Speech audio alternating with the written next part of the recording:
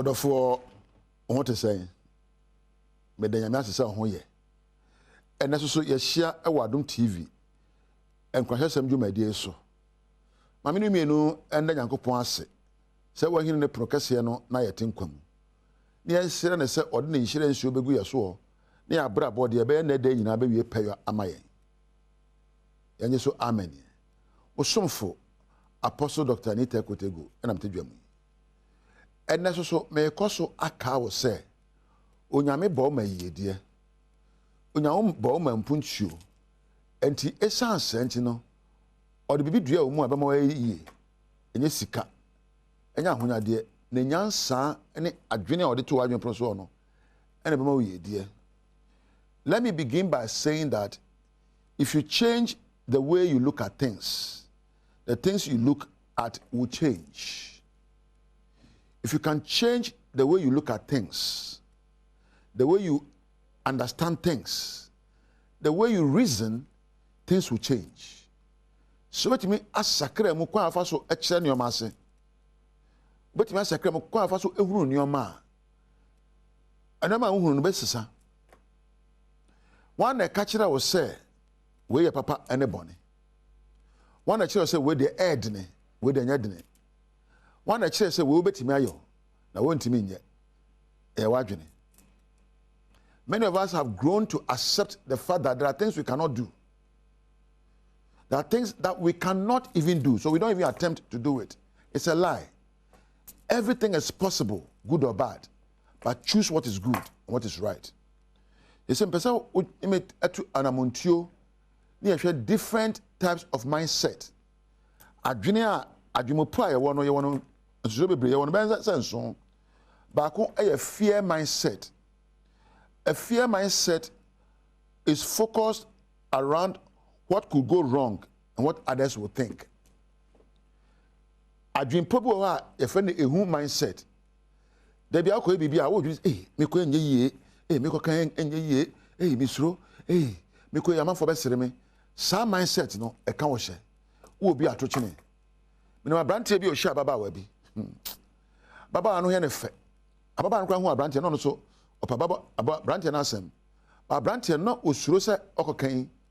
Baba yi betu na benkum ato na akire. Hu baba no wasi ne ti ase. Na watwam. Oya saa be na wotwe. Dako ena na oni na fufuro bi nam. Ena oni hia baba wa no. Na mka say o sister say o me ho ye. Sa baba no penkomo adi. Na krachi no suro baba na ntini wantime ni nkomo. E ma na danfo no e ware baba wa no.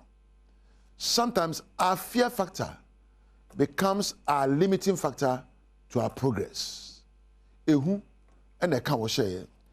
Your other mindset, your friend, leadership mindset. It is a willingness to make your own part and be in charge of your life. Your mindset for adwene mo pobi ese kandini adwene po. Ene se obesin kete etwa osa wawa kwan so na wadi nkunim wa wopem. Unkunim die ejina unyansa usua hunu ani empo usuban eso. Suban na woni bi akopa bi. Se adesua na woni akopa adesua ne bi. Nempo ne jina wo naso na ka say I'm the leader of my life. I will lead this life successfully. I'm going to lead this life to the benefit of myself and others. My brother mbeboy mebo abrabo ko se mfaso beba meso. Ene wo ba ko se fe service mindset. It is a mindset that desires to serve others.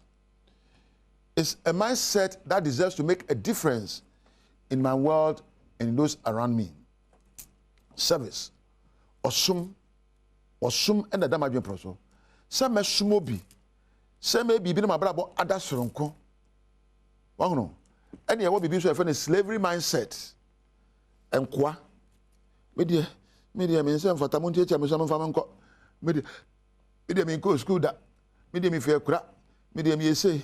Kwame ganjimi yenya no amale lojo je ganyo kajibo bomo adesanjio nyumo adebojio wono yakashi o hye be no ni saka bonyo fe no ko ehon ni aboa ba ko na ka na mo fe na ka bo fe ni bo nko bo yo o hye ni be hye aka o fe no ko ni abu ababia ka na mo fe no ka o ahye bi mfe emre do ese wo so tumi gina ka se mesom meye bibi soronko na yepu abehwe me ne be se wan na ye ne se mea emre do ese me fama wade na me diabrabo so kunim mama brabo ye kra behwe emre do ese me mama pom me di aduane pa megima home ne be se ne ba ne se na krachi wagina pintin sa maka se we na me yo ye som ho enya nkwasom ye ko school na ye ka brofo bi na enya brofo ba ye ka serve yourself is not servitude sumo ho nya kwa sumo ho sumobi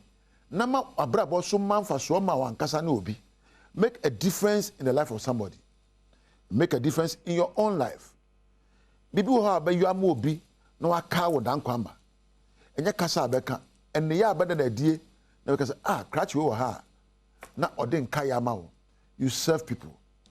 Enti nyasa adwene po no se fi na da koi mesum obi menya kwa ma obi ba mesum obi na masom me ho ebiom ye wo bibi efe ne followership mindset.